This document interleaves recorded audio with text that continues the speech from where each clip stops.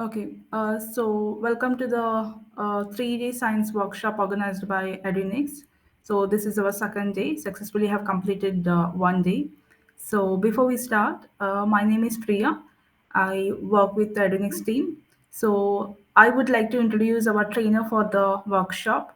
So Mr. Snehashis, he's a group manager and principal consultant at eValueServe with a strong experience in data science, machine learning, and analytics across global clients. He has worked on large scale data projects and guided for many students and professionals in the building successful data science careers. So, we are very happy to have him with us today. So, session timings, as you all know, it is from 7 to 9 o'clock, and the last hour on our like on Saturday will be the special career guidance session by our co-founder covering how to get the data science jobs, current market needs, how to build the right roadmap, what companies expect in the interviews, IBAC global certification value, and all. So, there are some important instructions I would like to give. So, as we have participants like today, so please stay muted throughout the session. If you have any doubts, please type your question in the chat box that will be addressed by the trainer. So please stay focused and avoid switching screens. Okay.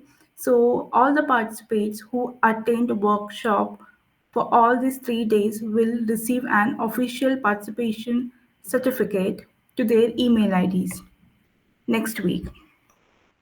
So thank you once again for joining, and we hope these 3 days give you a strong start to your data science journey. Now I hand it over to Snehesh sir to begin today's session. Sir, over to you. Thank you.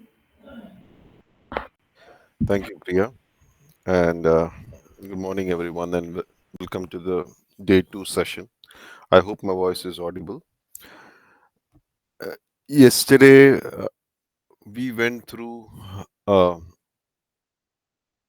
the first session on the data science, and there we understood what data science is all about, what is the applications of data science, where it can be used, and why data science. I believe some of the people are joining for the first time, so I'll just give a small recap of what we did yesterday. So, what is data science? Data science is the art of getting insights from data. Now, as time has gone by, it is through advanced algorithms that we extract that information. There are two components of primary data science. One is making sure that the data is prepared in the right format, and second, feeding that data to our algorithms to make the predictions.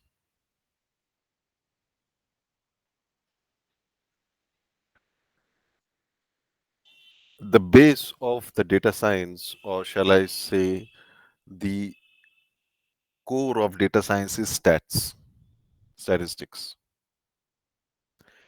Every prediction that is done is based upon the concept called as probability.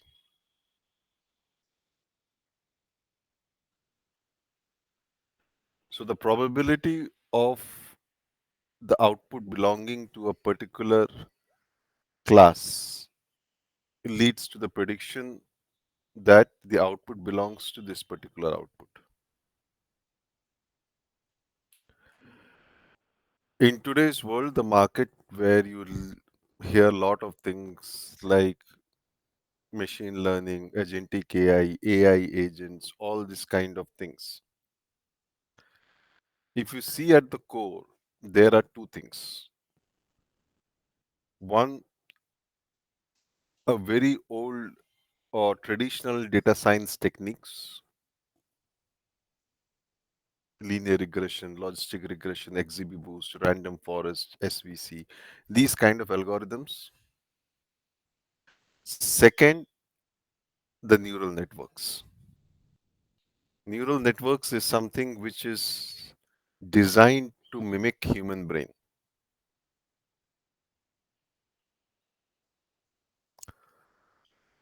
So it is these neural networks which has later gone on to become what we today very fancy wise here, the Gen AIs, generative AIs. And in this generative AI is basically where all the divisions of agentic AI or AI agents has come into place.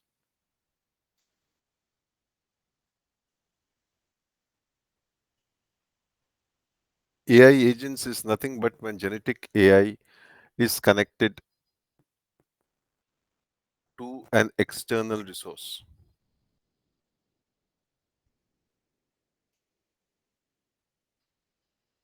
When a neural network is trained on a large amount of data, it leads to the formation of genetic AI, which means it then has the capability of creating new data on its own. Wikipedia, various kind of huge resources where it is there.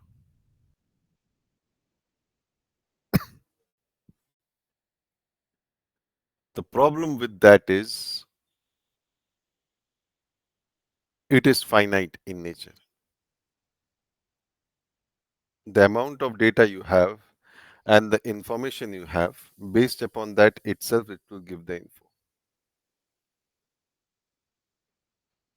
So if your input resource has explained various things differently, then your generative AI will also give the same context. So it is biased to the data that you are giving.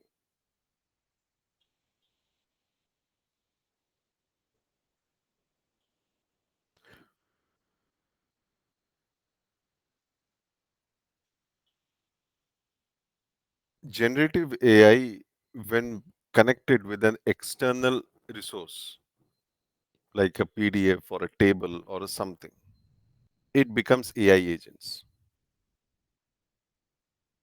Now, in few days back only, the women's team won the World Cup. But generally, if you ask generative AI, which has already been launched maybe around 1 year back, they won't be knowing who has won the World Cup. So it can go out of context very fast. That time, having a model connected to an external resource of information helps.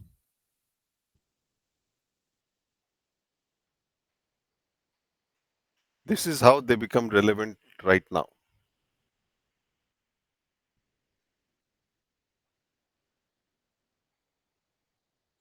And when a group of this is called as AI agents. And when this group of AI agents work together, they are called as agentic AIs.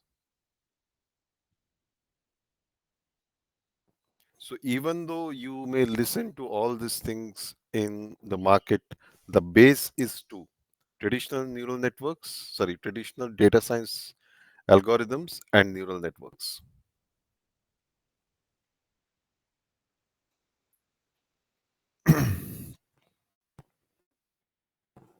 Now, in machine learning, let me share my screen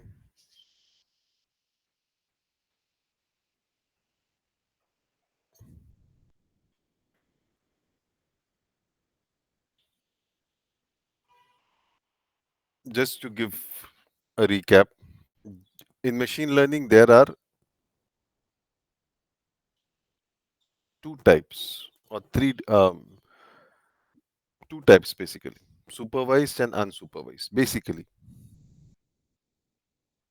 that we mostly concentrate on. Reinforcement is something like it happens on the robotic side, but we won't be concentrating on that much now. Supervised means when you know what to find out from the data. If someone tells you that find out the fraud aspects from a data point, that is a supervised. But someone gives you the data and just asks you to find out the insights, that becomes unsupervised. So you don't know what to find out. Today we will be taking an example of one of the supervised and trying to see how to handle the data, and you will be seeing some parts of it.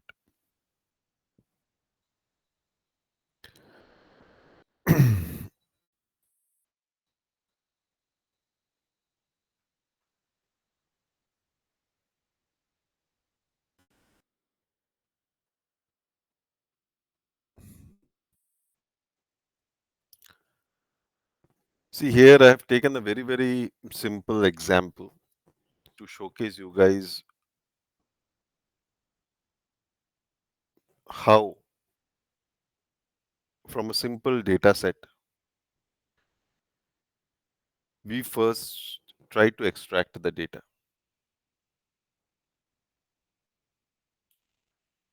Now, it is a very old and a very common data set called as the iris data set.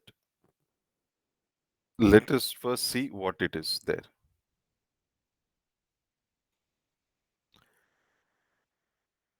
In this is where I'm using my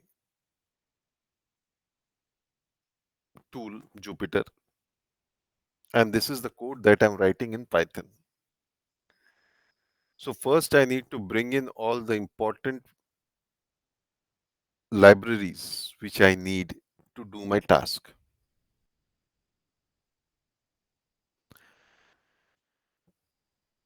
So some of the important libraries which I have brought here.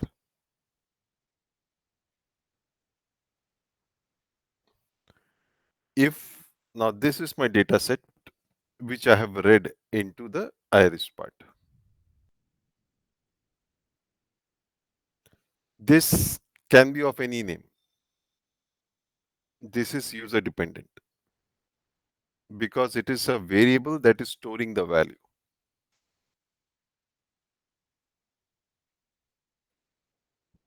Now, if I want to see this data, I type iris and I give shift enter.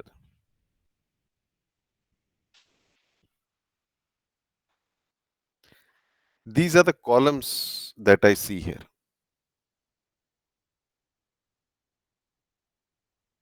These are the columns. My goal here is based upon these particular column values, predict the species. Predict the species, which means I have a target variable. Like I was saying yesterday, a column A, B, C, and these suppose are the inputs, and D is suppose the output. This is called as the dependent variable slash or target variable. This is called as the independent variable slash target variable. Sorry, input variable.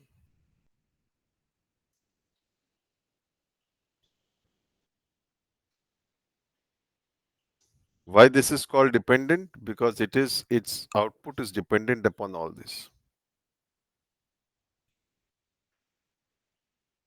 When you have this, it becomes supervised. When you don't have this, only when you have only this,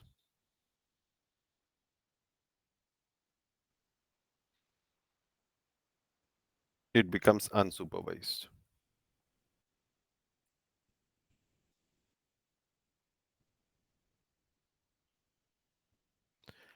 When you have this and this part is categorical in nature.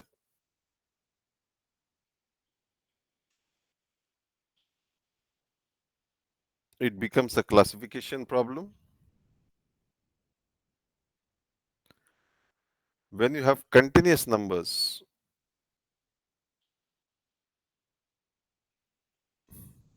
it becomes a regression problem.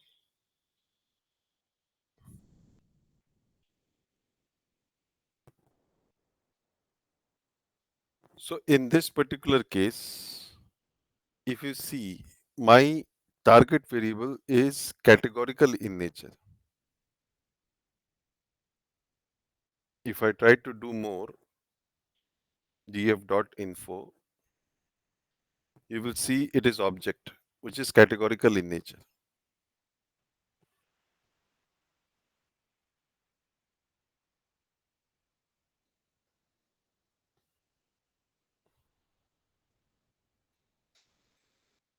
Same thing, if I try to see what is the distribution of my categories,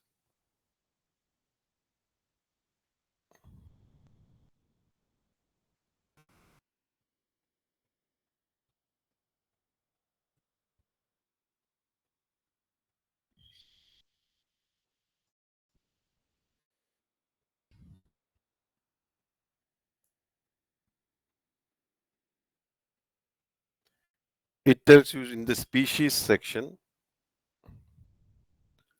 this particular category has occurred 30 times, 50 times.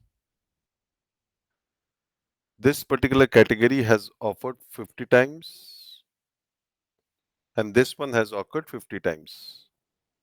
What this means is, in my output, all the categories are balanced, are balanced.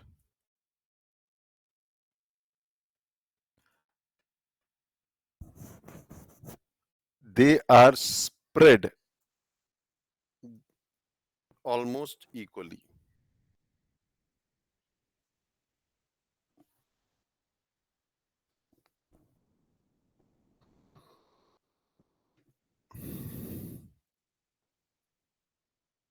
If it was not like this, suppose these particular groups were spread something like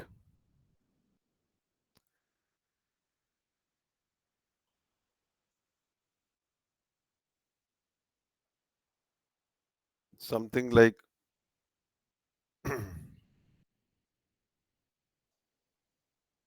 instead of this, it was something like maybe 70, 20, 10. This is called as imbalanced data set, where the output class is not particularly distributed.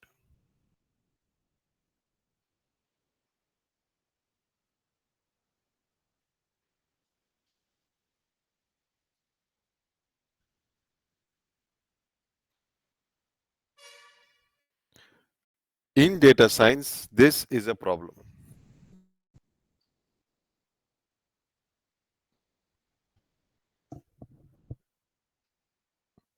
However, in our use case, it is mostly a balanced part. In most of the data science cases, you will find a use case like this. For example, fraud. You can have out of 100 records, maybe only one or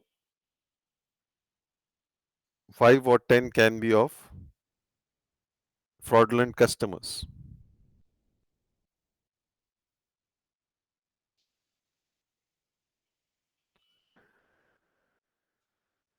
So when you have a data set like this, there are ways to treat it, but we won't go into that right now because that will take a long time to understand in what. What we will be going in today's session is the basics. First, we'll see some visualizations, real-time visualizations, how it works. We'll try to code one machine learning algorithm, very simple, and try to see the output and try to interpret it.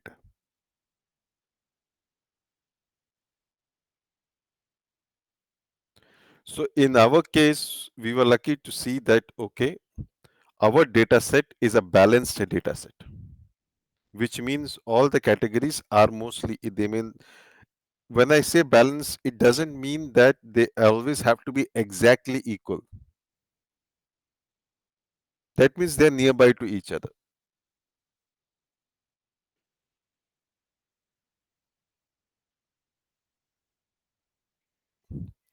So that is these kind of things which I am doing is I'm trying to understand the data, what has been given to me.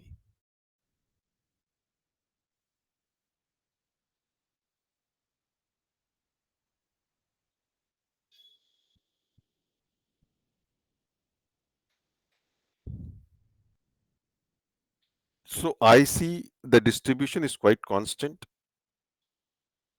Let me go to the next step.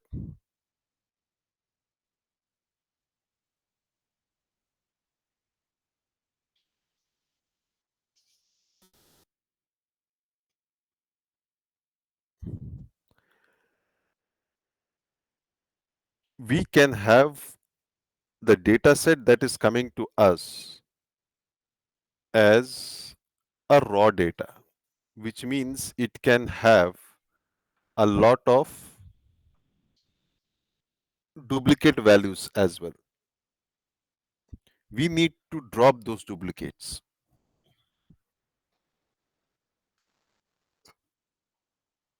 This are few of the commands that helps.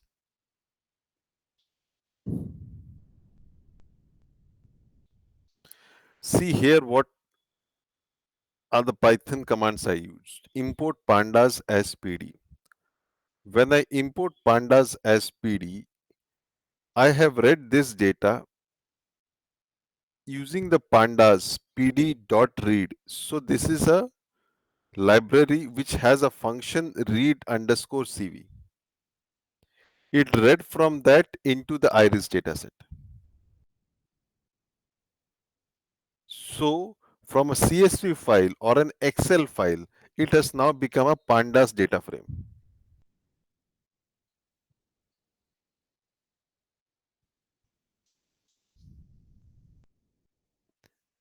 Pandas data frame is what we saw in the last class. It looks like a tabular column. And all these operations I am performing on this pandas operation itself. So my first step is converting that into pandas and trying to then get all the details. So when I found out the info, I'm trying to get the info of every column. I gave info. So pandas in itself has those kind of functions in them which helps you get these details. Value counts, here I am giving the column name for which column I need the counts. If I would have given something else, suppose this one,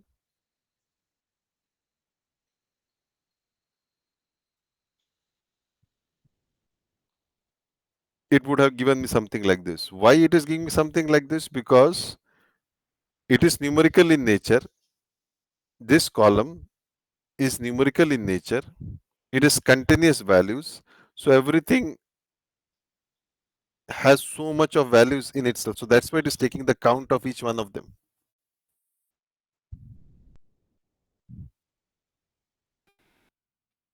So whichever column I give here, it will give my the value counts.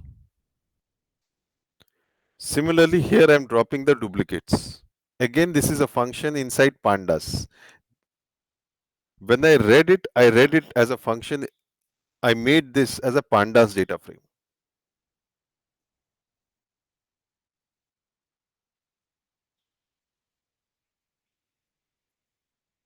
Now, if I do this, If there are any duplicates, it will drop off.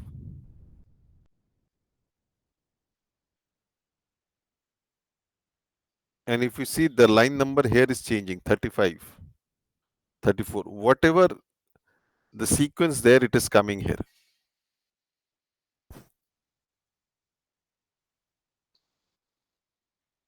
Now I have removed the drop duplicates from this particular pandas data frame, and I have put it in this data frame. Now let us see.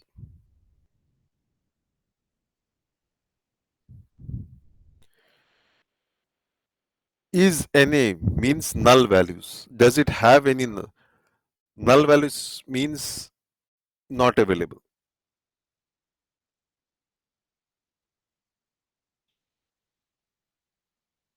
Is there any values which are not available here? No, there are no null values that are not available. But yesterday we had a value where it was not available. So little bit cleaning we have done till now. We have not gone to the advanced thing, but little bit cleaning we have done. Where we have dropped the duplicates, we have seen that null values. Is there any null values? Okay, there are no null values. So now my data set is clean. It is not manipulated. It is clean.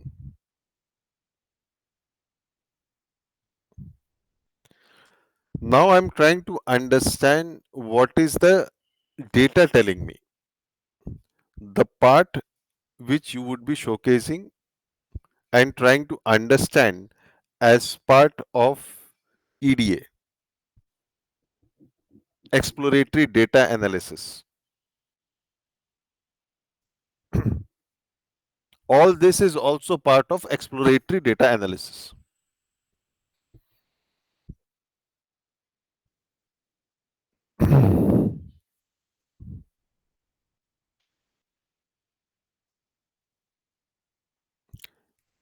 Here there are two ways of plotting visualizations. One is matplotlib, this particular one, and the other is Seaborn. These two Python libraries are the one which helps in visualizations, seeing the data.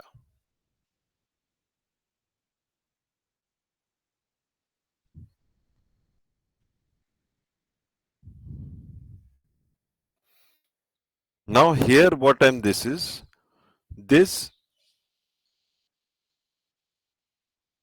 something called as a scatter plot.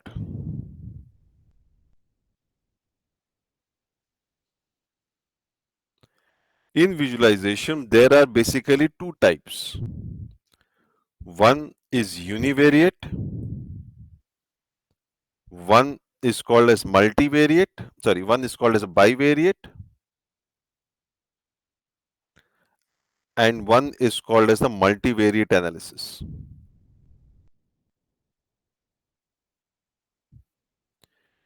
Univariate analysis means how the variable is performing with itself.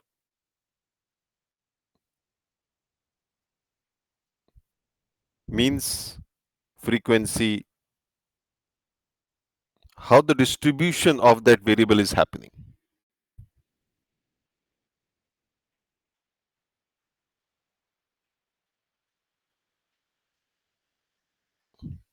Bivariate is when you compare one variable to another.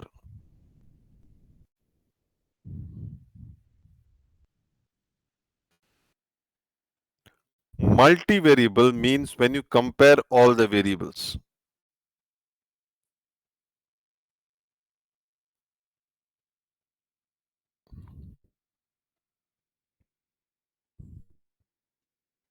So if I want to see how one particular column distribution is, what is the frequency? When I say frequency, It means count.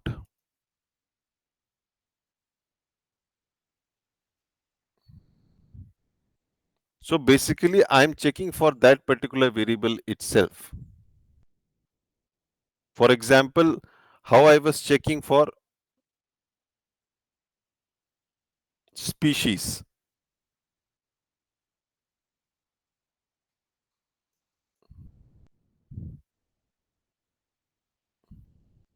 I was checking only for that particular column. So this becomes a univariate analysis.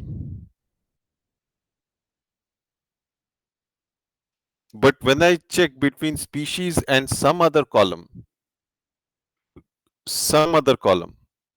it becomes a bivariate analysis. And when I check for more than two, it becomes a multivariate analysis.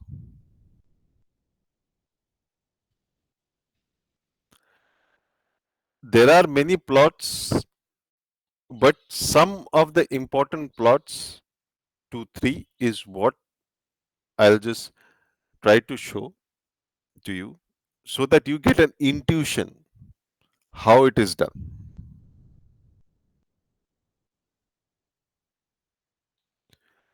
One of the most commonly used, scatter plot.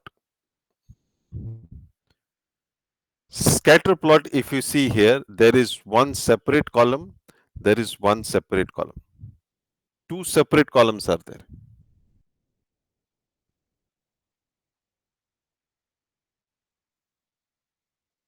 And they are checking the distribution among each one of them.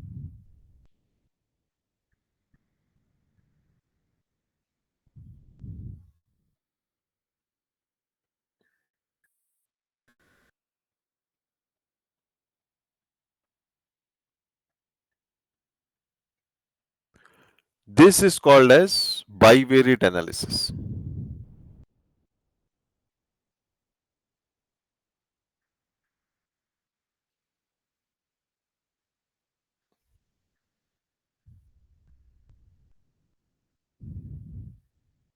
Now from here, if I see what is my deduction telling me, if sepal width and sepal length, sepal width, if I see, if the width is on a very high, sepal length is on a mid range.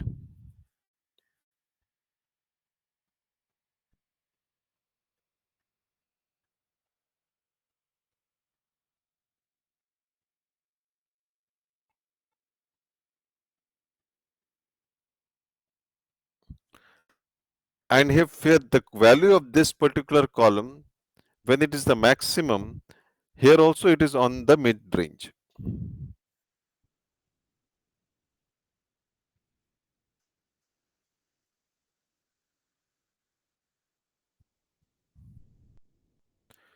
But if I see most of them, they are there in this particular area.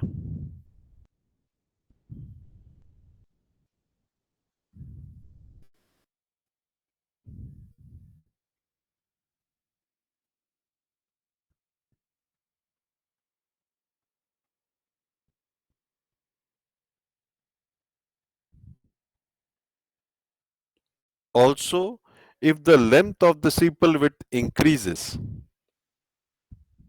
is there any correlation between sepal length?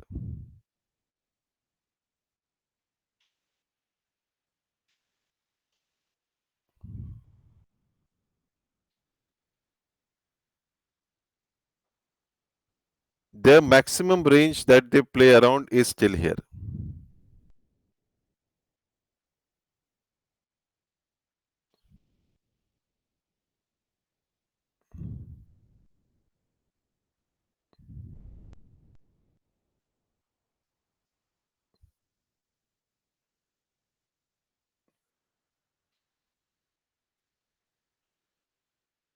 So, like this, we have to check it out. What is it telling us?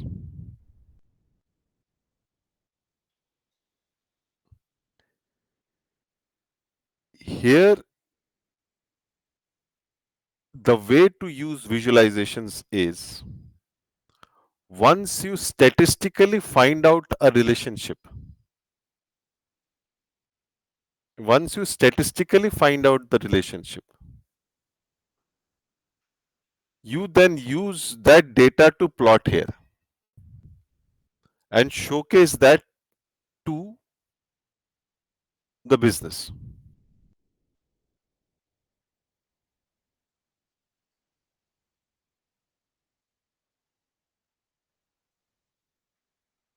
Same thing if you have one more plot like this is called as the box plot.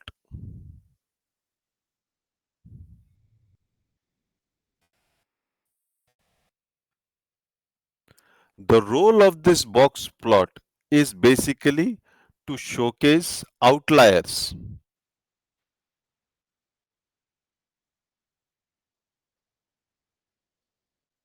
Suppose in a data set I have 10 people salary. All of them range from 20,000 till 30,000, but one of them ranges to 1 lakh. That 1 lakh is an outlier for me.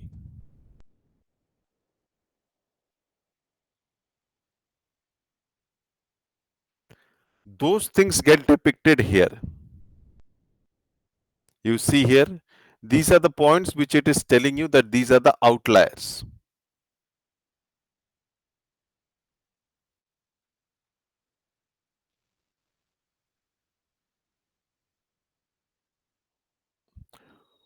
What this particular graph is telling, it is telling iris setosa with respect to petal length has around 3 outliers,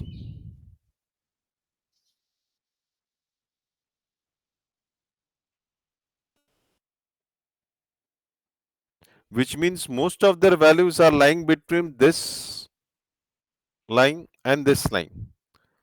But there are 3 points which is having more.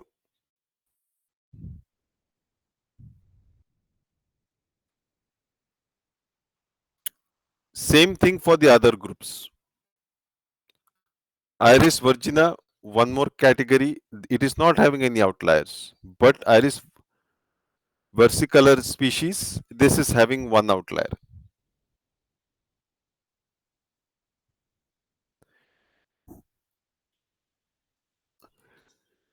So these are only for pictorial representations.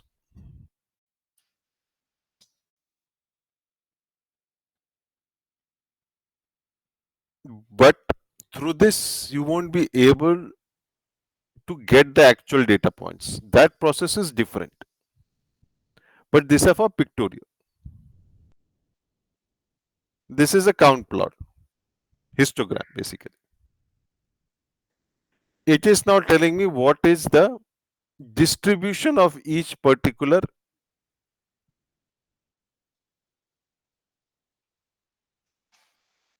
categories in a particular column. But the y-axis is telling me the frequency count.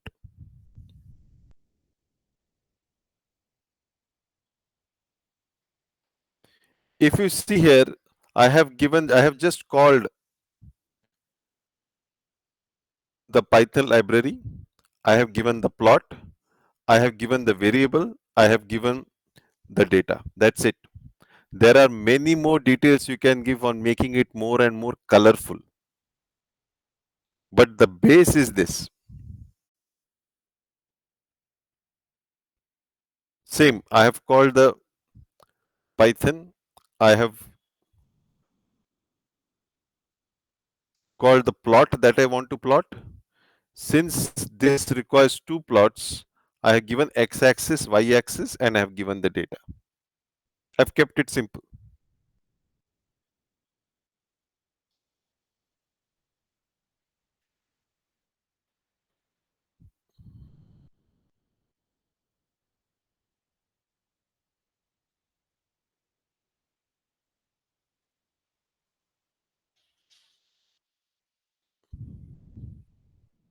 So these are examples of univariate and bivariate. Let me now let me showcase you one more. See here, what I have done is I have taken the iris data, I have taken the species, and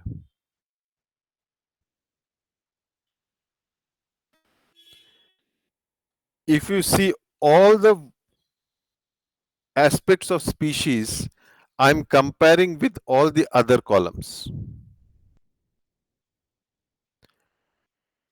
I'm checking how the categories here is getting spread to various parts, to various other. Species has three categories. What is the distribution of those three categories with respect to petal width, petal length, sepal width, sepal length? See, what is this use case? Use case is if a flower with a petal length of size this, a petal width of size this, a petal length of size this and this, what is its species? That is the use case.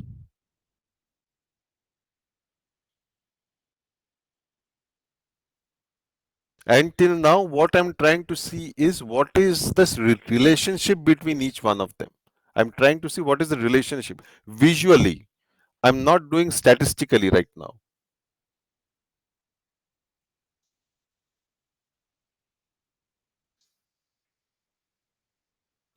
So here is one more plot. If you see here on the x-axis, you have sepal length, sepal width, pair length, pair width, and all the others. And within each one of them, you are checking what is the distribution of iris, setosa, iris, all these three categories.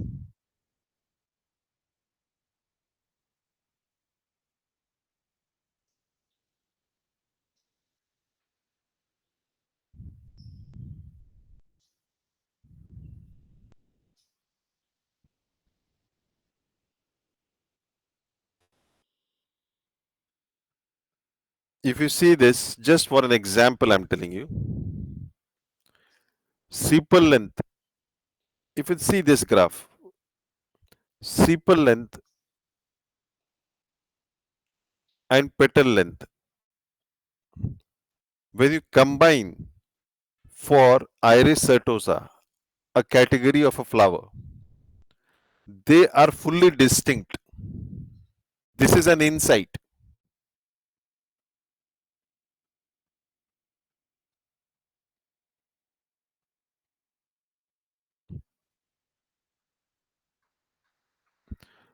So these two variables might be able to predict this setosa very well.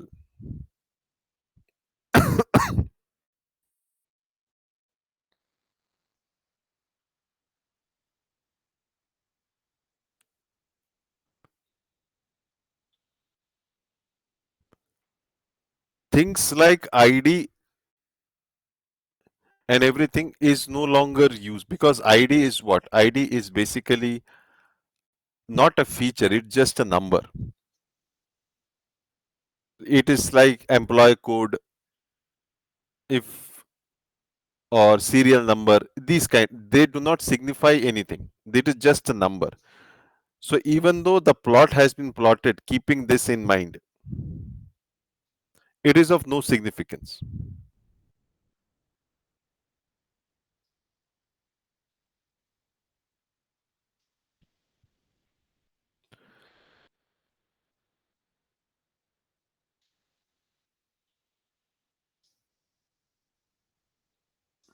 So like this, there is one more map which I wanted to showcase. Let me see if I can get that for you.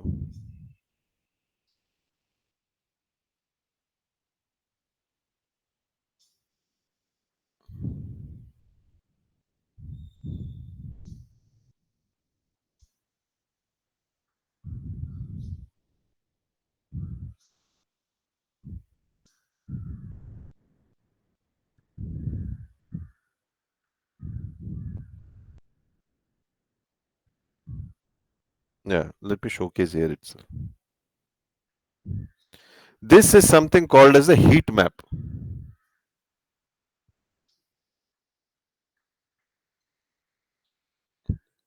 which contains all the columns on X and Y.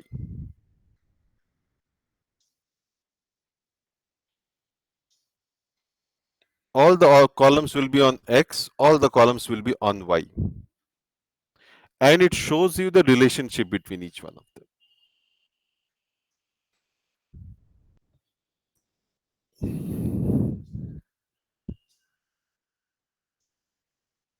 The darker the color, higher the relationship.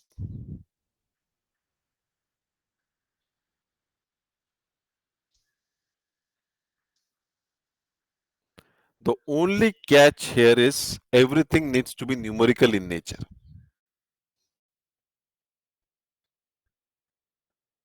So if I have to draw this,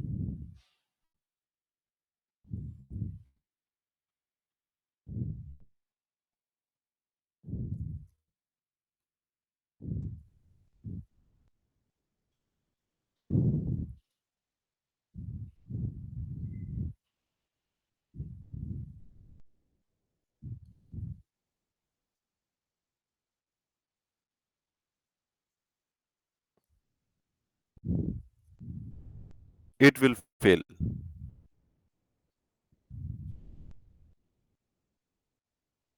because this one is object.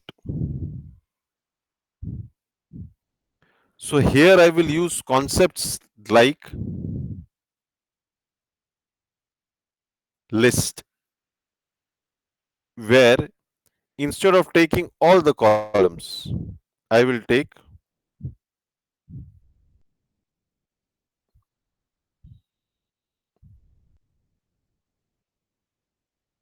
from this particular data frame, I will take the list of columns that I want.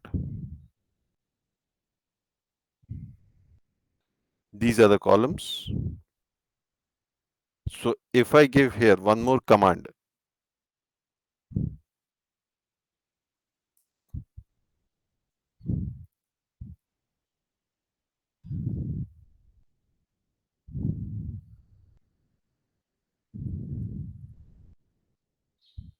it gives me the list of all the columns.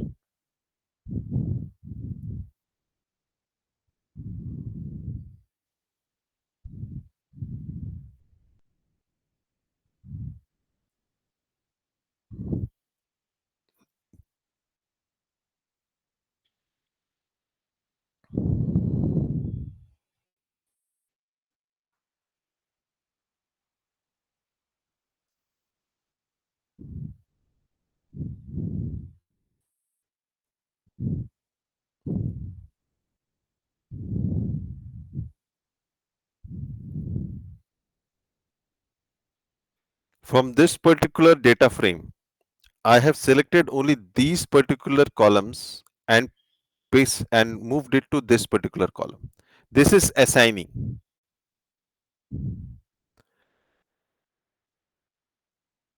Your right value gets assigned to your left value. This value will get assigned to this value. This is the flow. Whatever you give here after equal to will get assigned to here. Now let me try with this.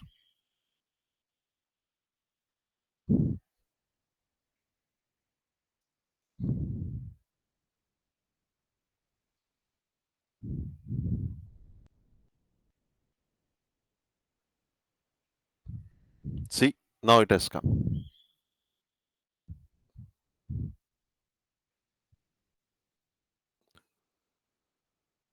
Now, if you see everything is on X and everything is on Y, petal and petal, petal length, petal width, and petal width will show black, the darkest, because it is the same column.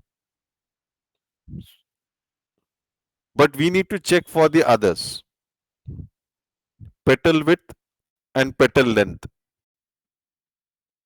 So petal width is here, petal length is here. So it is only showing 20%.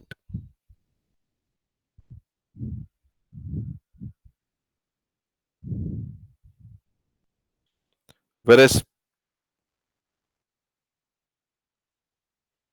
sepal width and sepal length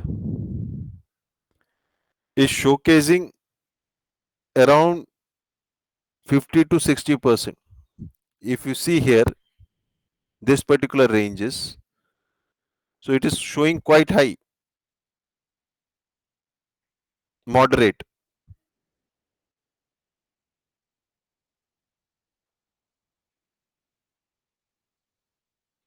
But if I go here, this is sepal length and sepal width. This is showing very high, 0.8 to 1.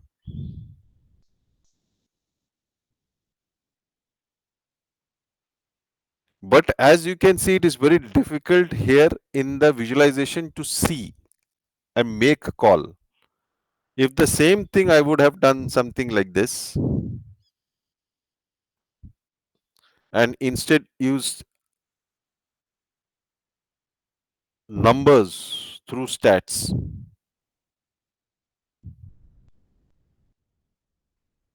it is giving me clear answers.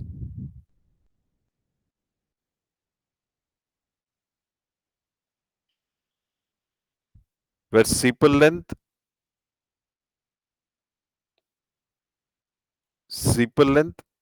and sepal width is negatively correlated. That means one goes up, one goes down. Its relationship is negative. Whereas sepal length and these two are very highly correlated.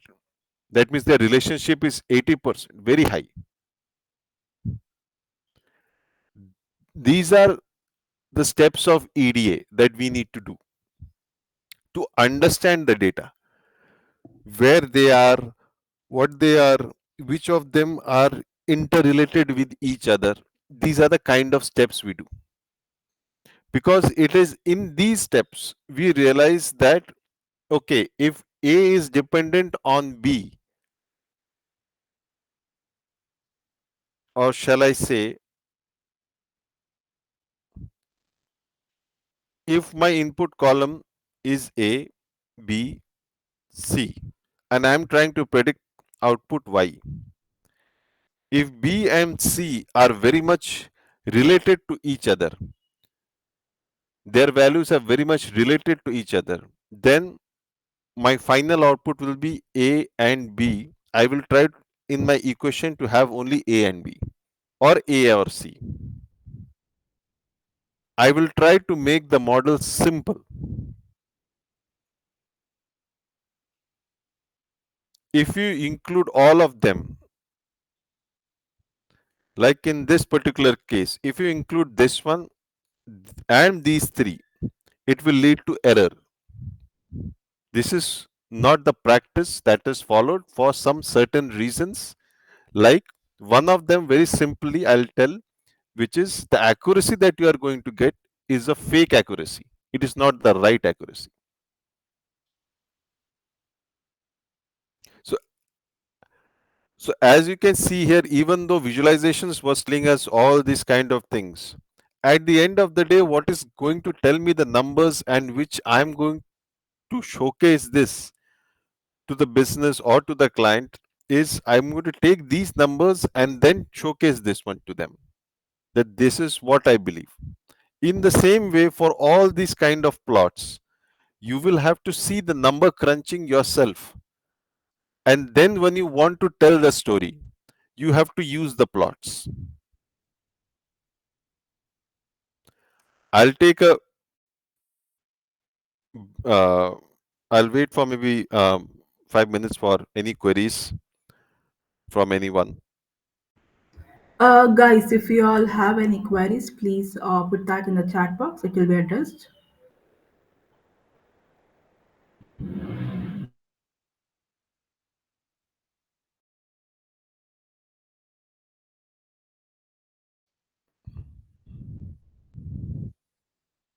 And in this period of time itself, if someone uh, wants to take a break, maybe for 5 minutes, we can take a break as well. So we can do both the stuffs together.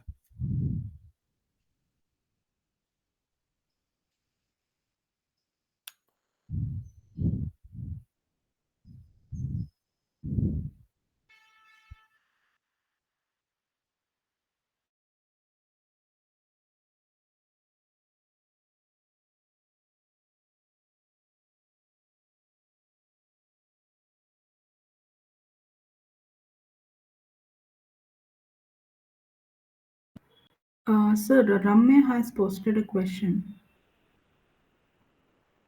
I think you need to scroll up. I'm not able to see. Can you just read me out the question? Okay.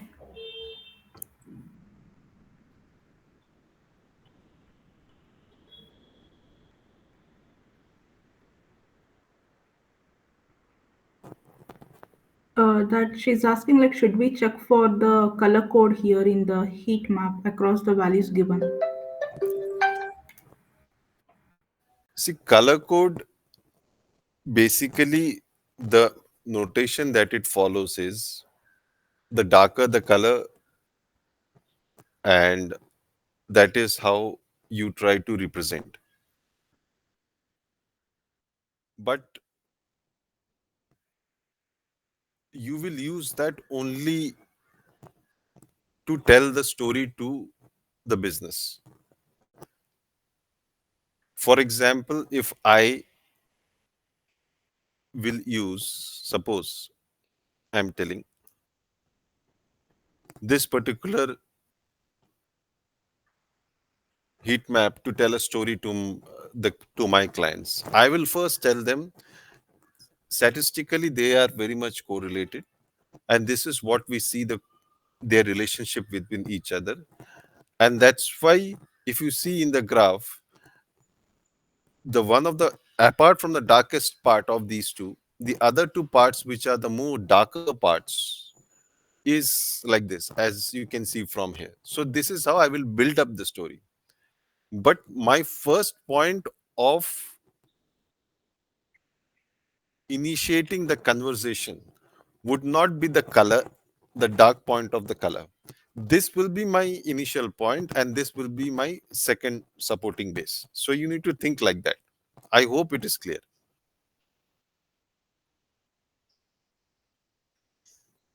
There can be many times scenarios where if you see the color here is of the same shaded color, almost of the same shaded color. So in the same shaded color itself, they will show a very dark part itself.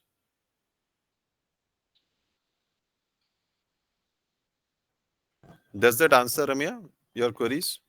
How to approach the uh, visualization graphs?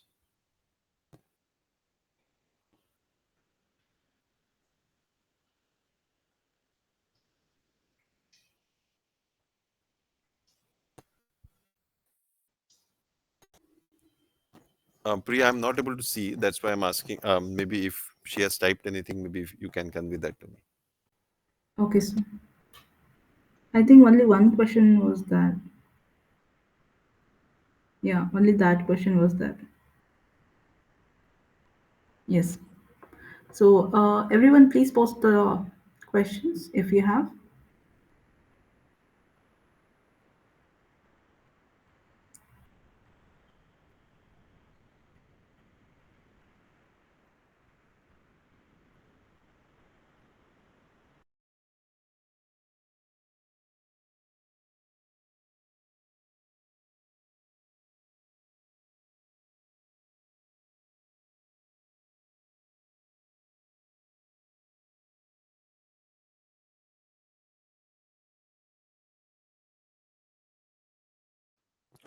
If someone types, please let me know, because I'm not able to see the questions.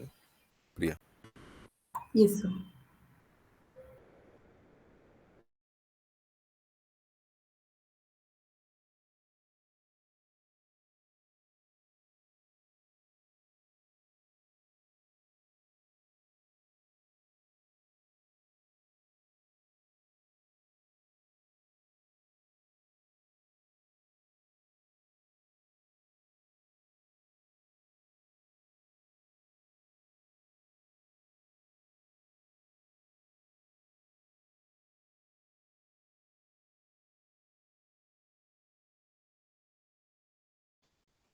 Amrita, I was able to see your question. What is the difference between the graph plots from the Python and the other visualization plots?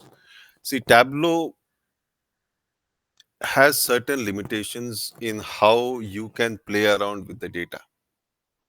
In the real-time scenario, what will happen is, firstly, not all the graphs are available in the Tableau,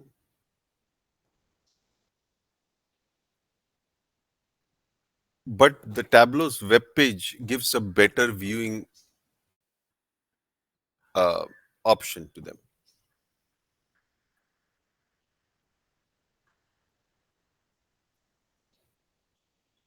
When you want to play around with the data and create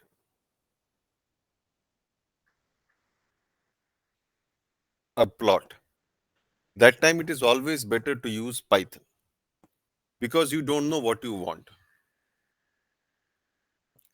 Once you have finalized everything and the project goes to deployment or the final user sign off, that time you will have to create a output in a way that is easier for Tableau to understand.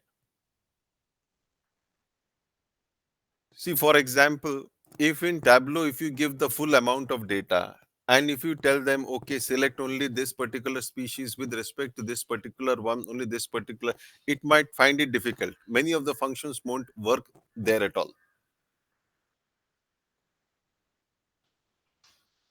But if you create all those input details in Python and upload it into a table, and then ask the Tableau to connect, saying this is your X and this is your Y, and create a pie chart or a dash chart or a histogram or this one, then it is easy.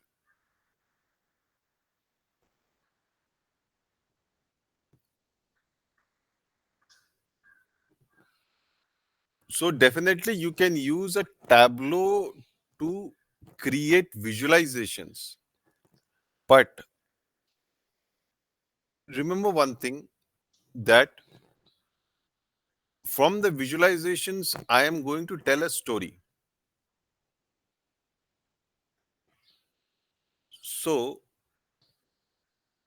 the basic visualization charts that are coming up in the Tableau may not be able to tell that. For example, I might be looking to tell a story that a person, I'm just giving a simple example. If I have a column, if I have a column of salary and if I have a column of expenditure. Now from the data analysis, I have found that people from from 20,000 till 30,000, the salary ranges from 10,000 to 50,000. They create an expense of,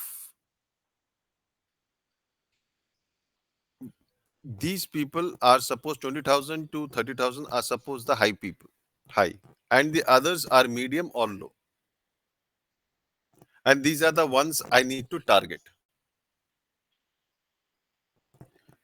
which means my x-axis would be only consisting of this part and this part. If I want to highlight only this part, if this is my target, that means I need to filter my salary, I need to filter my expenses.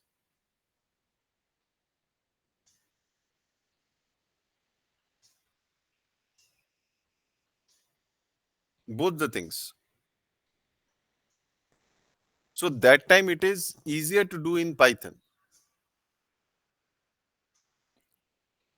When finally you have decided everything, that okay, this is the project that it is going, this is the features that are going, this is the visualizations that is finally the business is going to see every day in the morning through the Tableau dashboard when they open and refresh their dashboards, that time you might have to create separate tables and processing for this particular data, putting it into a table so that Tableau can understand that. But in the development time, Tableau is not going to help you because you are going to do analysis at the column level, analysis at the row level.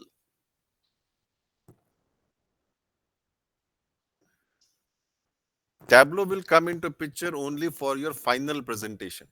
That's it. Not at the analysis level. You will not have, plus you will not have all the basic ones you will have.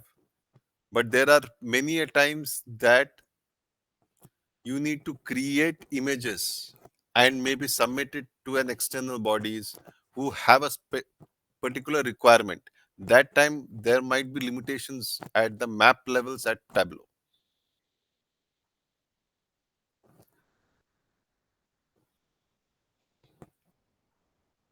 So Amrita, you are getting it.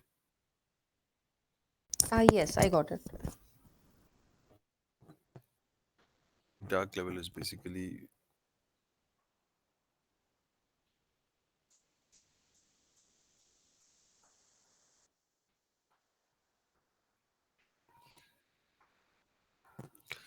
Hussein. For a modeling aspect, there are various things that we need to take into factor. We need to take into factor the relationship between not only input variables, we also need to take the relationship factor between an input that and a target variable.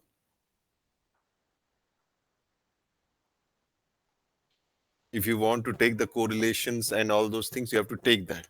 You also have to make sure that you sometimes might have to group your data. These are many steps because if you remember yesterday's class, I was saying one point that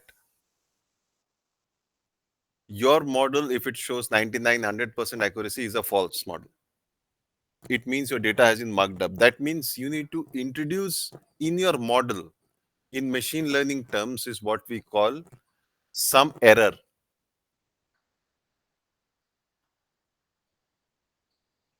some errors.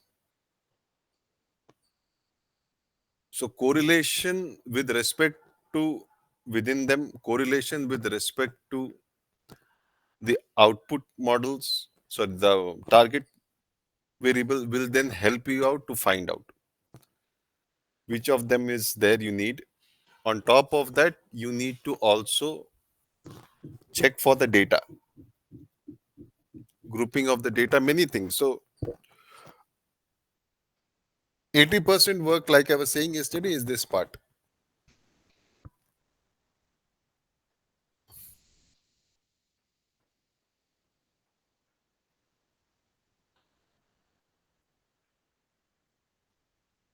When you say about the least, and when I say, see, this is, I'm not looking to introduce the terms correlation or the covariance because many people may not be understanding that. But basically, I'm putting it in a very simple way. It is basically a relationship. Not, see, ideally, all of them will be having a relationship. But we generally consider 40 to maybe 70% as uh, or 40 to 60% as moderate relationship. That means B is related to C moderately, means around 40 to 60, and around 60 to and above we consider it as high. So this is not a finite rule. This is not a finite rule. Sometimes you might have the same thing as most of them you might find as between 40 to 70, and some of them between 70 to 70 and above.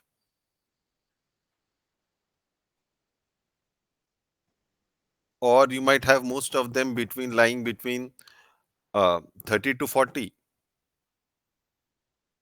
that is B and C, or A or B is related between 30 to 40, and the rest few of them lying between 40 and above. Relationship means A is related to B, B is related to C. So you have to see overall how much you have in the categories. Now, if you have suppose a columns of 112 columns, suppose as your input, you can't take all of them to predict Y.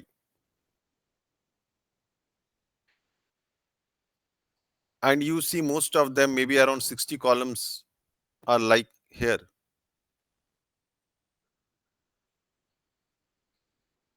And maybe around 5 or 6 columns are here.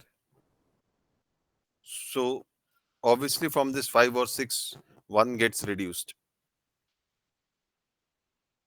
So even though here, which I was considering, if it was below 40, I was considering no relationship between A and B.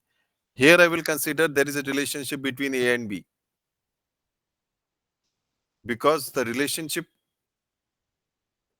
I need to minimize my number of columns.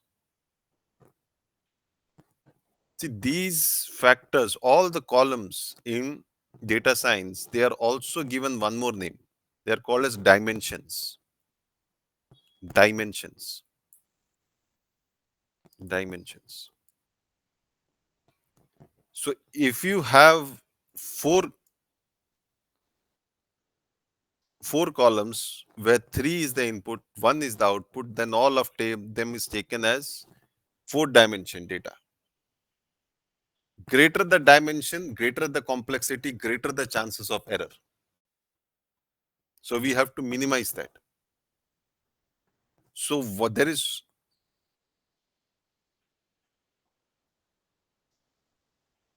so when you play around with these kind of things, you will have to see how many of them falls into each one of those groups and try to minimize that.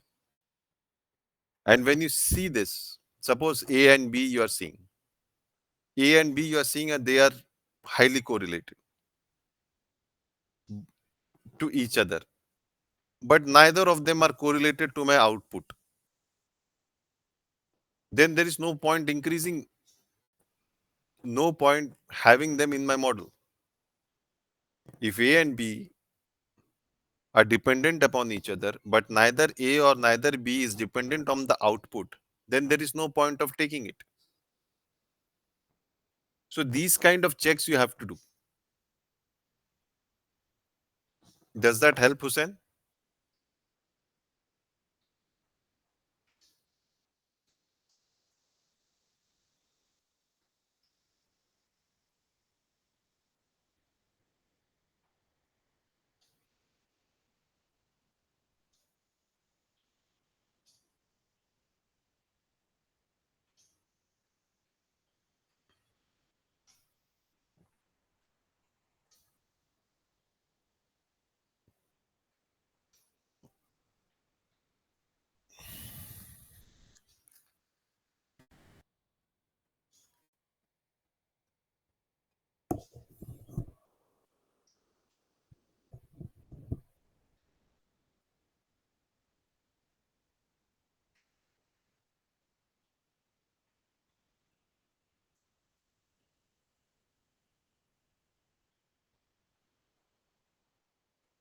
Okay, we'll start at 8:30 again, just giving 2 minutes in case anyone else also have queries.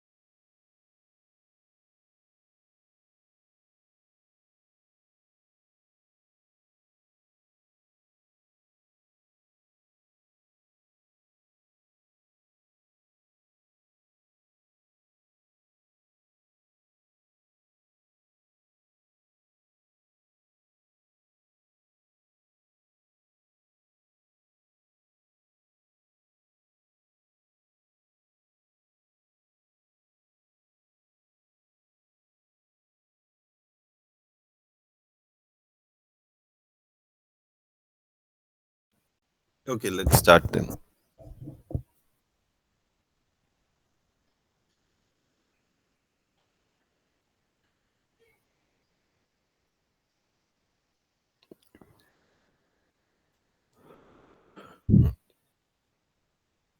So this was a brief about all the visualizations that we I just wanted to give you an intuition what is there as part of data science and all.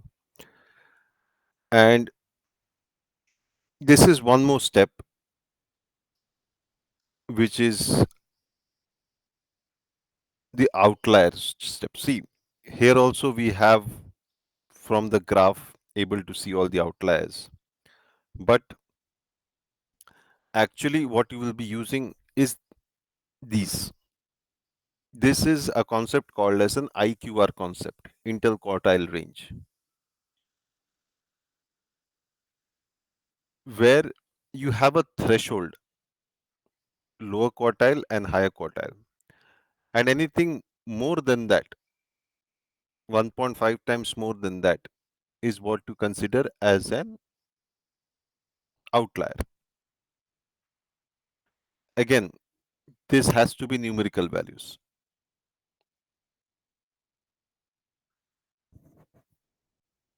So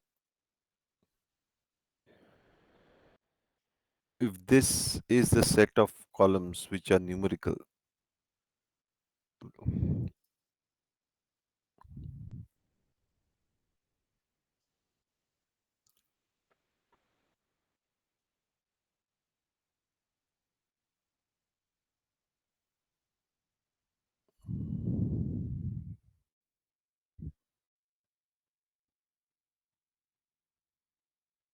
in nature, let me paste it here.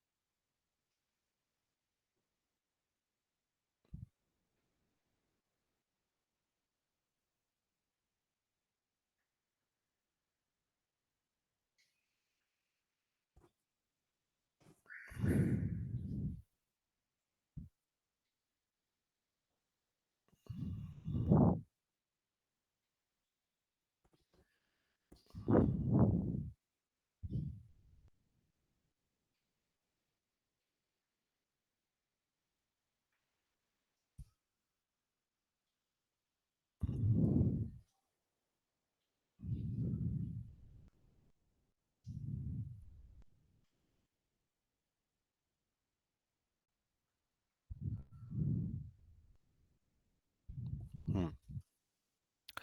So this is one more code through which we can check whether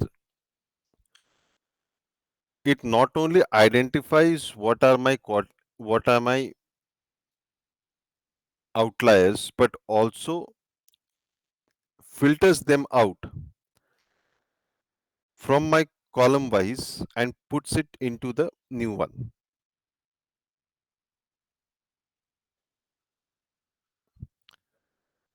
This is the method that we use to find out what is the outliers. Now consider till here we have removed the missing values, we have removed the absurd high or low values. There is one more step called as the scaling. Scaling means suppose if you have a column A, B, C, and this is your output.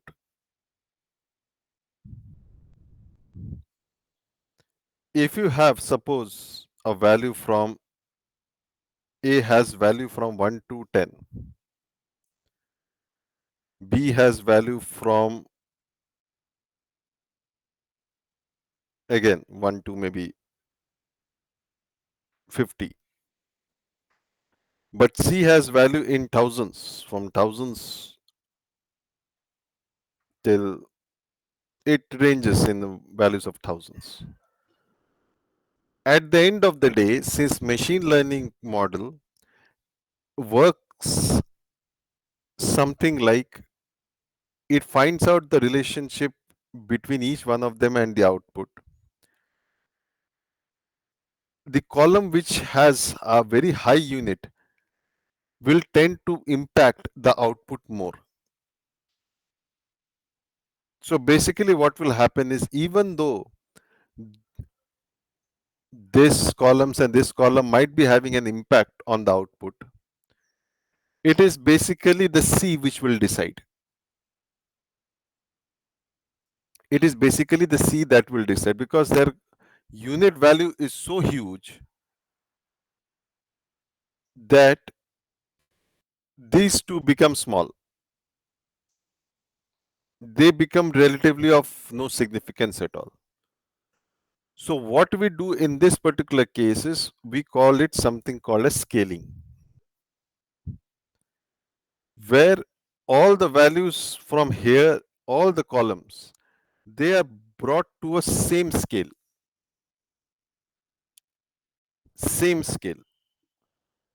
so that after that we try to see what is their impact.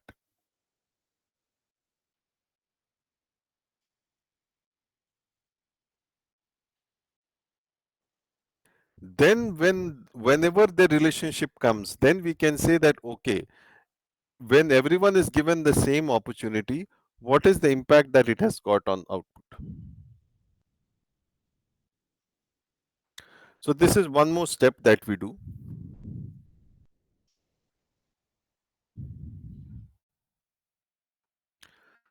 Now let's get introduced to a little bit of more machine learning aspect.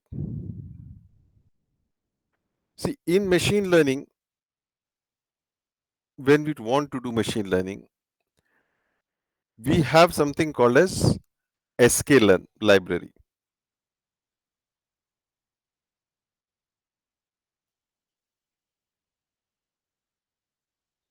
Give me 1 second. This library. This library is the repository containing all the machine learning codes.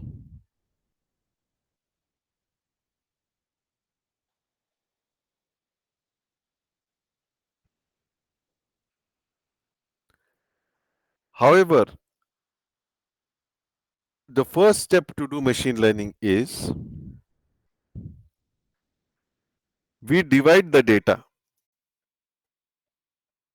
into train data and test data.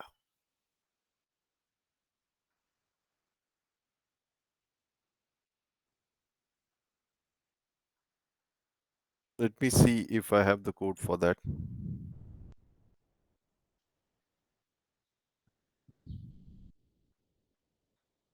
Or let me showcase you from here itself.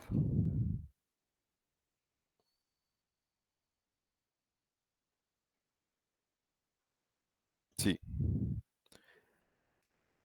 in this particular example, we are trying to find out whether the output person is a fraudulent person with all the payments and all the transfers, or the output person is a non-fraud. The one that we are trying to find out becomes one. This is a binary classification. That means we are trying to find two classes, whether the person is fraud or whether the person is non-fraud. So 1 or 0.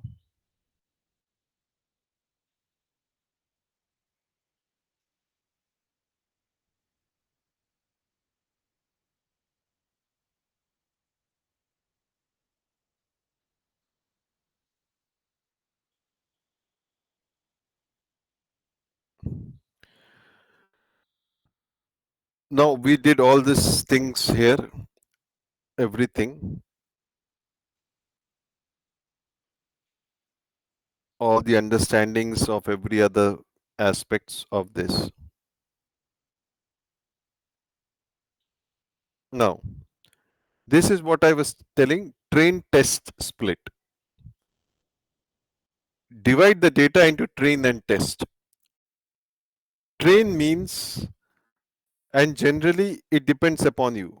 Generally, we have 70% in the training data, 30% in the testing data. Or based upon the data size, you can have 80% and 20%. On this particular set of data, you learn. The machine learns.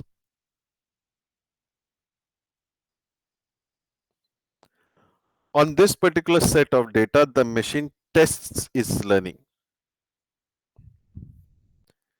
That means it doesn't know the output, but you later on match it.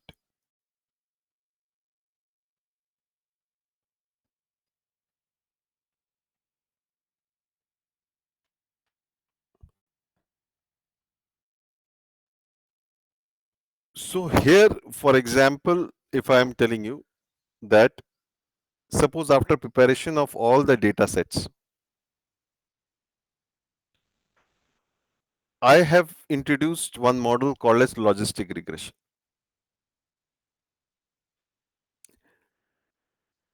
Any particular model here, any particular machine learning model, base models, linear regression, logistic regression, will have some inputs, will have some inputs, which you can see here. One of the inputs you can see here. For example, if you want to create a decision tree, let me see whether I have paste. This is something called as a very simple decision tree. In short, you can tell it as an if then else statement. If income is greater than this, yes, then this becomes this, like this it flows. It is with these parameters you decide how much long you want to go. So it helps you tuning the model tuning with respect to the data.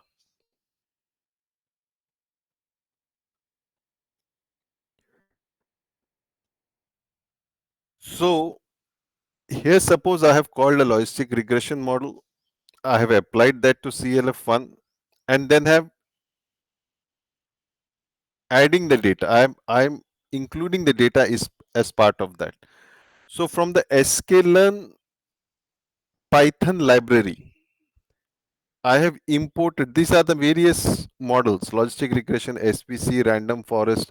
These are the various models that I'm importing. From there, I'm doing the training and I'm doing my training. From this model, I'm not including my training. If you see all these parameters, this parameters is called as, in machine learning lingo, hyperparameters.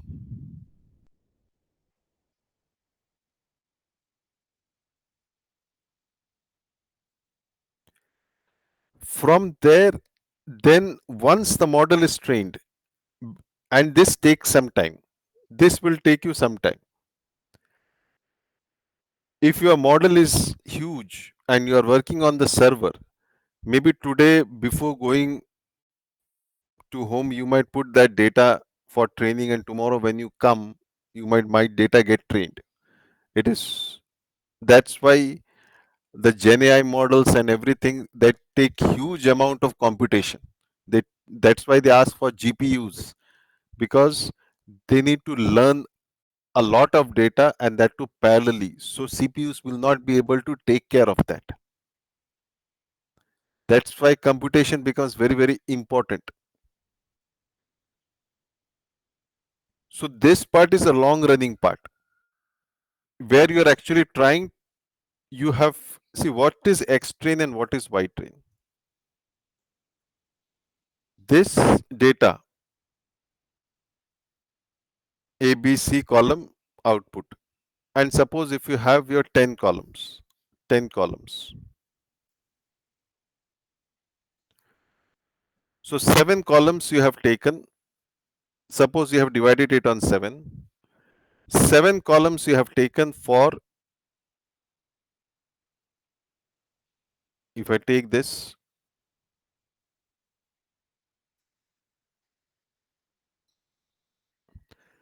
7 columns you have taken for your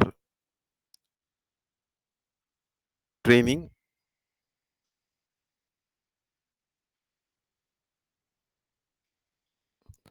So this part is your training, this part is your test. X-train means this part. This part is your X-train.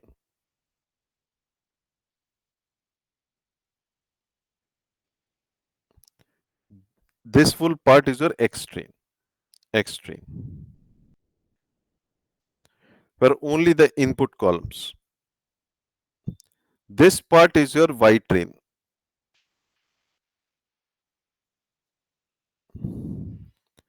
This part is your X test.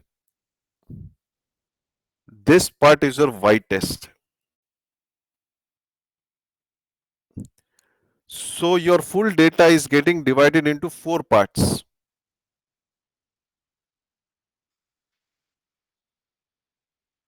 4 parts.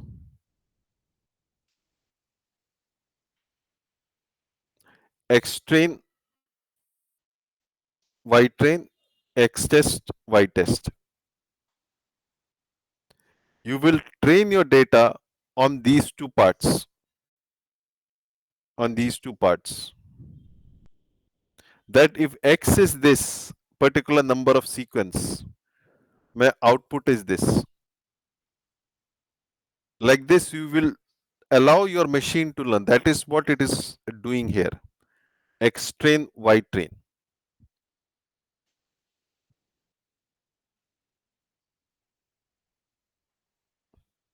And once it is learned, then what you do,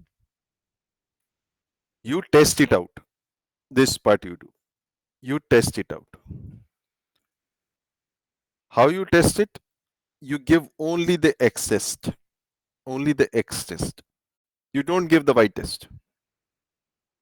You are trying to see basically if the value is something like this. What is my Y pred? What is my predictions?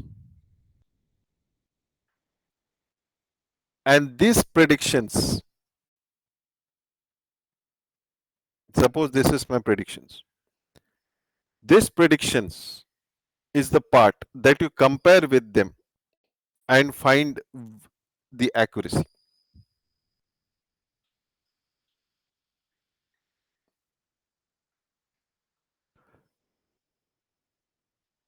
So you're calling a model, you called a model using a Python, this one, Python module. Before that, you split it. Firstly, you have split the data in this box format. Then you're calling the model.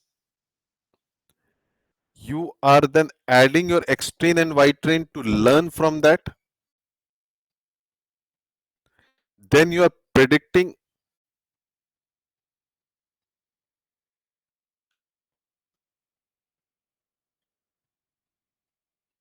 and then you should test. Just give me 1 second. Just let me get the testing code. Yes, and then you test it out.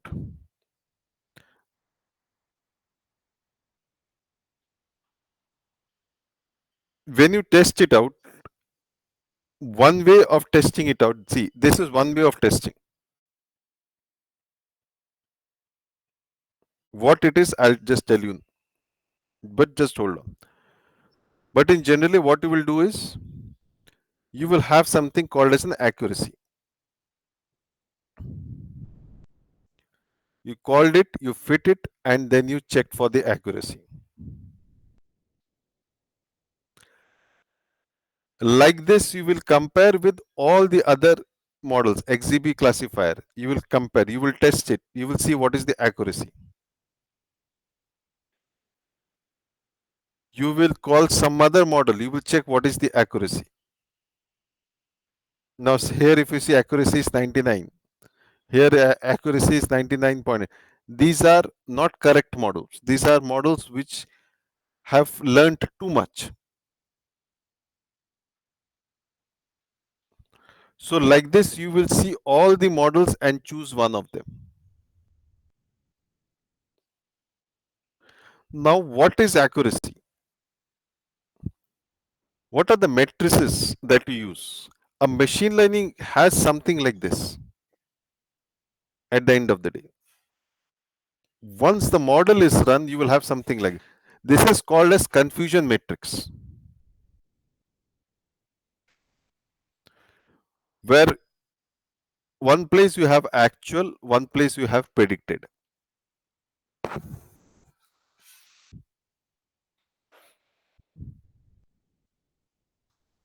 Now, suppose if you are using the same example, fraudulent or not fraud, actually it is a fraud.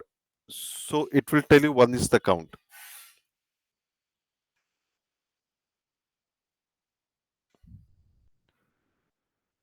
So suppose I am taking here y test and I am comparing it to y pred. So here actual and in that suppose I have around 10 lines. 5 of them are frauds, 5 of them are non-frauds.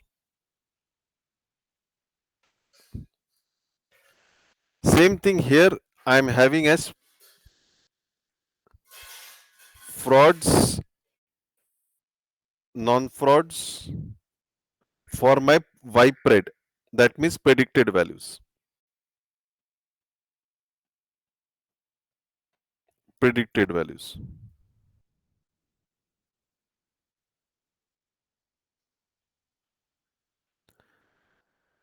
So it's a matrix that gets created. How many of them were actually it was fraud and my predicted value is also fraud? That comes here.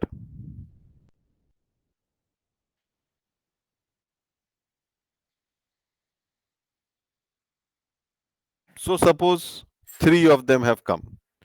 Actually they were fraud and model also predicted they are fraud. 3 of them. Here it says actually they were non-fraud and also they were non-frauds. So suppose here I get around, maybe again I'll take 3. My total count is 10 in my testing. Here actually I have said they are frauds. Actually they are frauds, but my predicted value is telling no.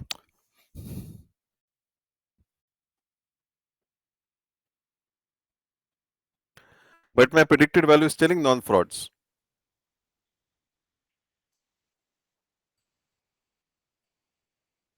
So suppose I get here 1, which means my model said that they were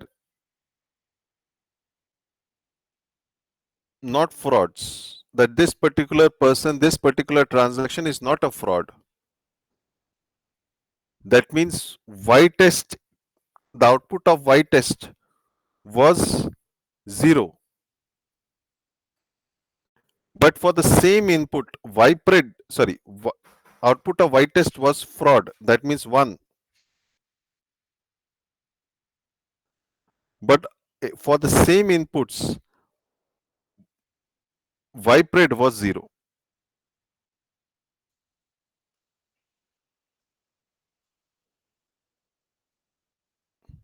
Same input, suppose 1, 10, 20, 30. Suppose this is ABC column.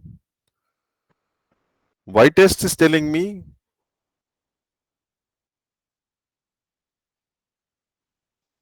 it is not a fraud. Sorry, yes, this is actual, right? Yes, actual, and this is predicted. Actual is telling me it is a fraud, but predicted is telling me it is not a fraud. So the count of this is 1. So this is what I have pasted here, 1. And same thing other vice versa, where actual is telling me it is the person is not a fraud, but this my predictions from my machine learning model is telling me it is a fraud. Suppose the rest like this person is telling, so this I suppose if I have the rest three, there are three counts like this. So that comes here. And all this sum up to the 10. This is called something called as a confusion matrix.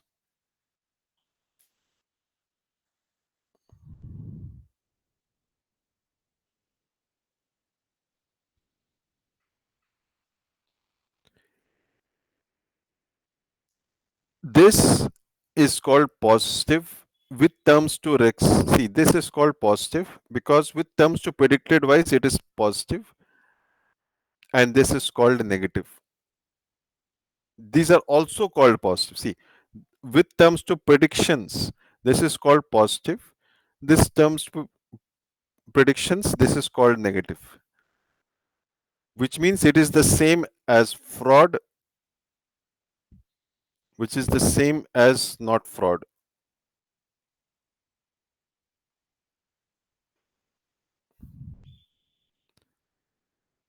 Whereas here for actuals, frauds are also called as true, or whatever you are trying to find is called as true,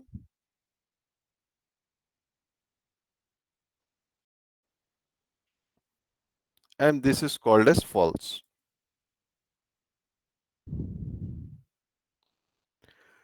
So when the predicted value and the actual value are these particular data points, they are called as true positive. True positive.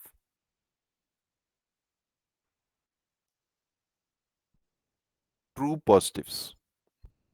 From predicted, we had positives, that means frauds, and non, and this was negative. So predicted part becomes second, whether it is true or not, based upon the actual it comes. True positives. This becomes true positives.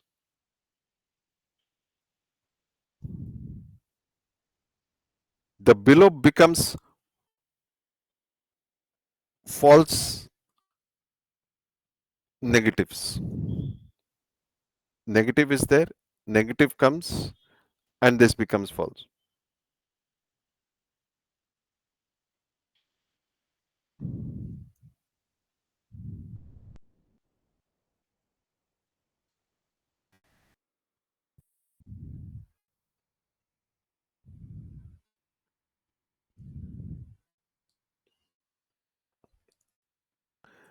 Same thing here on top, it becomes false positive and true negatives. False positives and true negatives. Now, what does this imply? This implies true positive means where the machine learning also said it is positive or it is fraud, and my actuals also said it is false.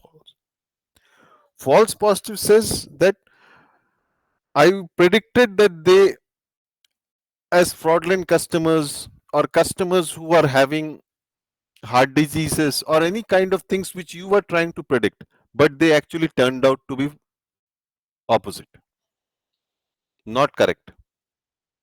That is called as false positives. If you come down and you see true negatives, that means both my machine learning and my actual, both of them said this person is not a fraudulent person. The transaction this person is doing does not make sure that this person is doing any fraud. So both of them are correct. That is true negative. False negative means my machine learning is telling no, this person is not a fraud, but actually that person was a fraud. So that is false negative. So the second word is the predictions. This negative positive is the predictions. Negative positive is the predictions. This negative positive is the predictions. The first word is based upon the actual what it is.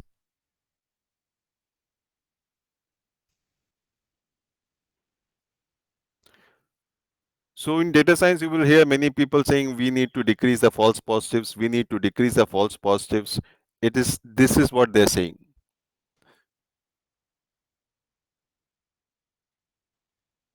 That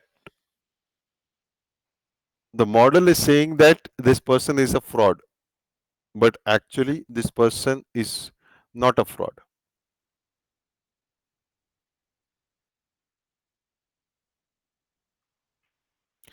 Now, keeping this view in mind, there are few terms that are very, very important to us: precision, recall, sensitivity, specificity. Precision tells you, if you see the formula, true positive divided by true positive plus false positive. True positive divided by true positive plus false positive. Which means out of all the predictions made, how many of them turned out to be true? Out of all the predictions made, out of all the predictions, see, this is predicted. Out of all the predictions made, how many of them turned out to be true? That means how confident your model is. How confident your model is in its prediction. If it is 90% confident that whatever I say is actually correct, then it is 90%. Then your precision is 90%. If your precision is 50%, that means half of the time what the model is telling is not correct.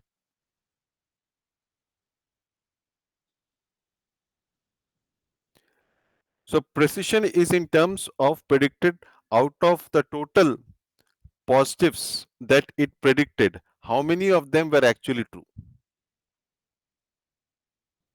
Second, recall. Recall is what? Recall is out of all the positives, out of all the positives, true positive plus false negative, true positive plus false negative, how many of them were actually true?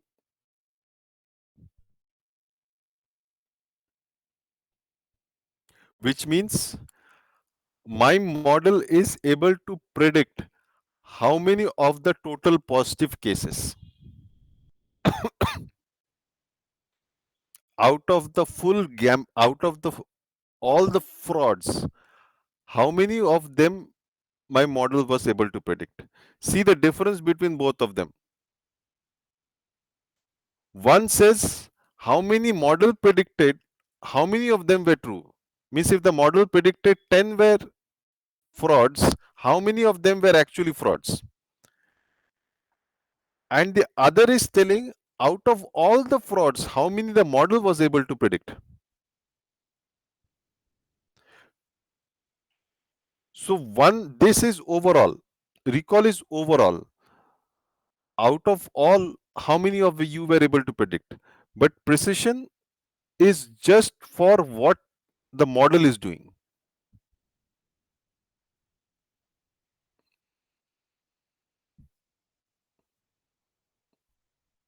So if you have a use case where if you are in Amazon going through any particular product, how many of them are related to you? That time mostly precision comes into play, because if the model is showcasing 10 products in your web page and you are not able to relate with each of most of them, you will then go to Flipkart. So in that particular use case, the model that you select will be based upon the precision. But in a certain use case where, for example, during the COVID period, if you want to predict how many people have COVID or non-COVID, your main priority is to make sure that people, those who have COVID,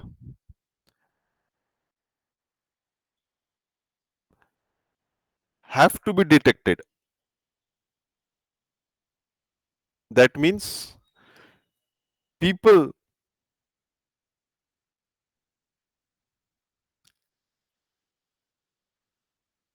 those who have COVID,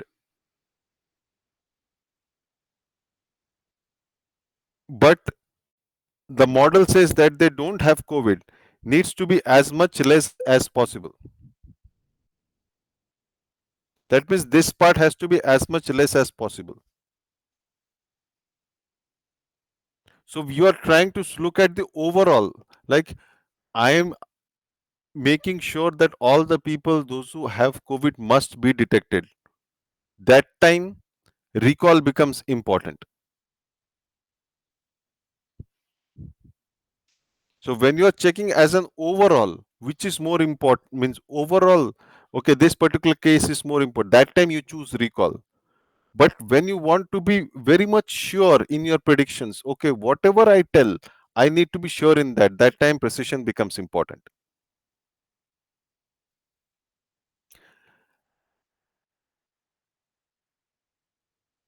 There are two more terms, sensitivity and specificity.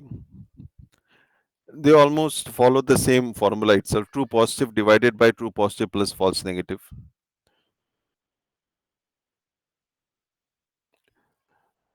So sensitivity and recall, if you see, the formula is almost the same. Here also the same, it is also the same. So it is one more way of calling sensitivity. They are both called as true positive rate.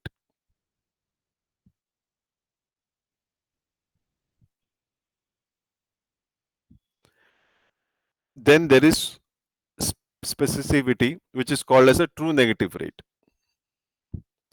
which is out of all the uh, negatives, how many of the negatives you were able to detect. But mostly you will be using these two, precision, recall. And if you want to check what is accuracy, accuracy means that in your base you have all the values, true positive plus false negative plus true negative. On top you have true positive plus true negative. This is the in total sum of accuracy. However, the most important aspects that we choose is these two. You will be choosing a model based upon these two matrices, based upon the use case, based upon the this. So if I showcase you here,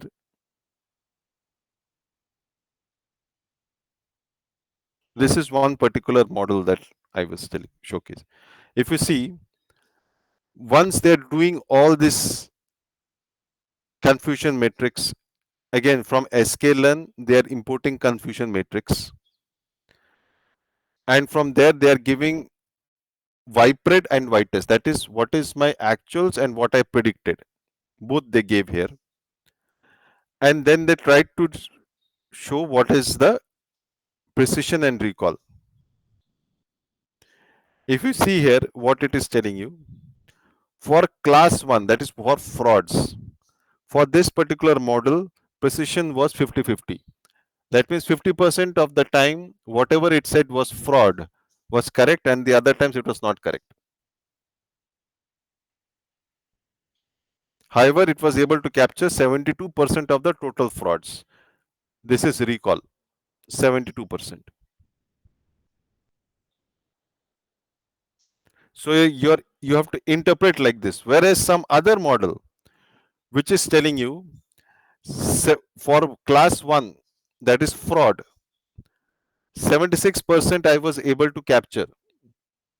So if I said out of 100, if 76 of them were actually frauds, but overall I was able to capture just 65% of them.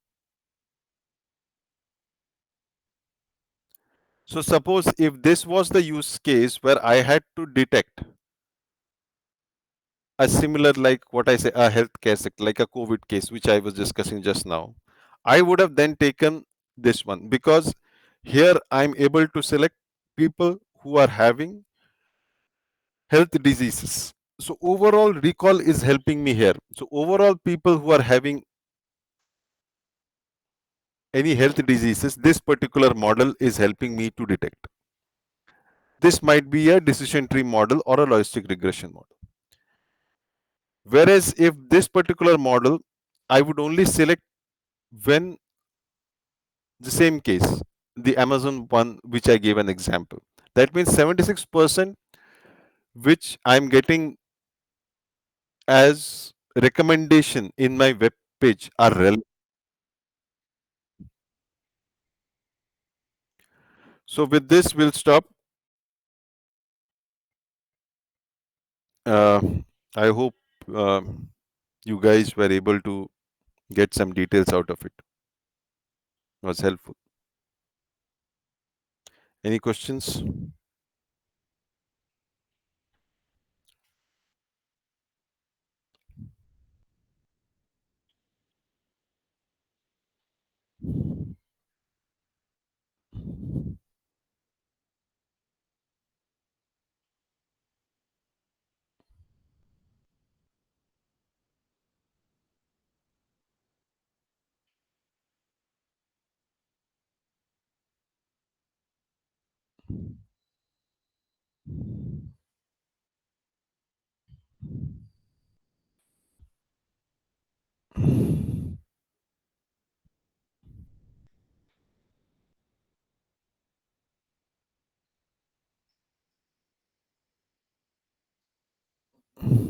Priya, you able to see any questions now?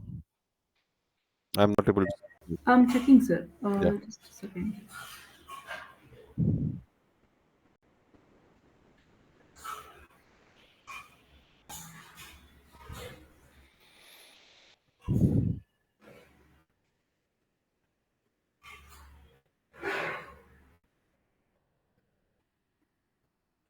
No questions, sir.